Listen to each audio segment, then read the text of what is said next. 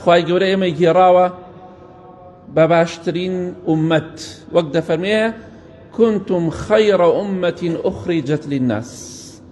خوای گەورە دەفەرمێ ئێوە باشترین ئومەتێکن لەسەر زەویە کە خوای گەورە دروستانی کردبێ کە ئومەتی محەممەدە صلی الله عليه وسلم.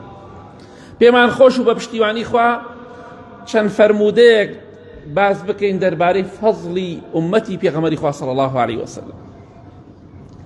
لە حەدیثێکی صحیح جامع صغیرە هاتۆ خۆشەویستی خوا صلی الله عليه وسلم دەفەرمێ هیچ ئومەتێک نییە لە ئومەتەکانی پێشوو ئیلا هەندێکی لە بەهەشتایە و هەندێکیشی لە دۆزەخایە ئیلا ئومەتی، ئیلا ئومەتەکەی من نەبێ. خۆشەویستی خوا فەرمێ صلی الله عليه وسلم فإنها كلها في الجنة.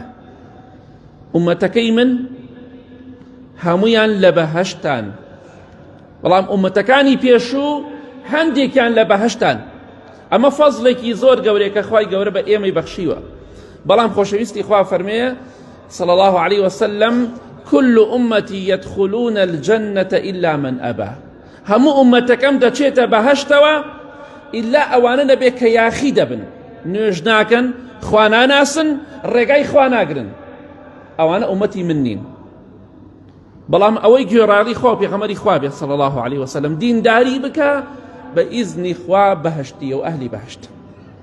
ئەمە فەزڵ و کەرەمی خوایە. خوای گیان سپاس بۆ تۆ کە ئەو فەزڵە گەورەت بە ئێمە داوە و ئاخریشمان بەخێر بگێڕ یا رب العالمین.